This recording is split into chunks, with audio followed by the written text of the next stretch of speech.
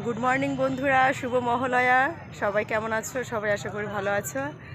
আজকে ছোট্ট একটা মিনি ব্লগ শেয়ার করতে চাই তোমাদের সাথে। আজকে মহালয়া আর আমরা সকাল সকাল চলে এসেছি।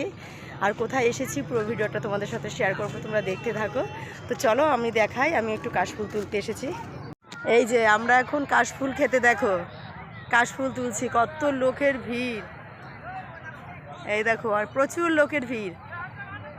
এই যে এখন বাজে কটা, 5টা, 5:30 বাজে। আমরা বেরিয়েছি প্রায় 4টে, ওই 4:45টার দিকে মনে হয় বেরানো হয়েছে।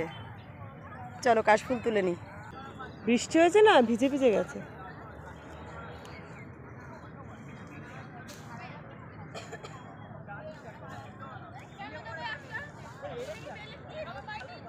দিচ্ছি, এই যে দেখো কত কাশফুল তুলেছি। এটা হচ্ছে আমাদের সুমিতি দিদি ভাই দাঁড়িয়েছিল, যায়নি, আমরা তুলে নিয়ে এসেছি। এই যে বোন আসছে। তো কেমন লাগলো এখানে পরিবেশটা, চলো দেখো, অনেক অনেক লোকজন। চলো একটু আইল্যান্ডটা তোমাদের দেখাবো, চলো। বন্ধুরা দেখো, আমাদের কিন্তু কাশফুল তোলা কমপ্লিট হয়ে গেছে। আমরা বাড়ির উদ্দেশ্যে চলে এসেছি। আর এই যে আইল্যান্ড দেখো, এখানে প্রচুর লোকের ভিড়। আর এখানে আইল্যান্ডের এখানে একটু বসে। আর তারপর আমরা একটু চলে গেলাম চায়ের দোকানে, যে চলো একটু চা খাই। আমি তো চা খাই না, তোমরা তো জানোই।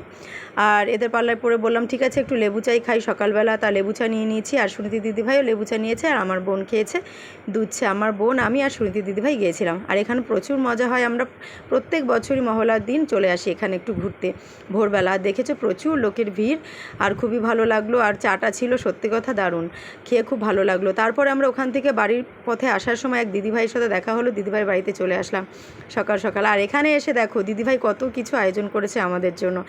চা আমরা খেয়ে এসেছি, তারপরও চা বানিয়েছে আমার জন্য, আবার লিকার চা স্পেশালভাবে বানালো। আর চাটা ছিল দারুণ, দিদিভাইয়ের হাজব্যান্ড বানিয়েছে, দারুণ ছিল। তারপর আমরা ওখান থেকে খাওয়া দাওয়া সেরে দেখো চলে আসছি বাড়ির দিকে। আস্তে আস্তে দেখি রাস্তার মধ্যে মায়ের ভোগ দিচ্ছিল, তো প্রসাদ নিয়ে বাড়িতে চলে আসলাম। সবাই ভালো থেকো, সুস্থ থেকো। আমি ব্লগটা এখানেই শেষ করছি। বাই।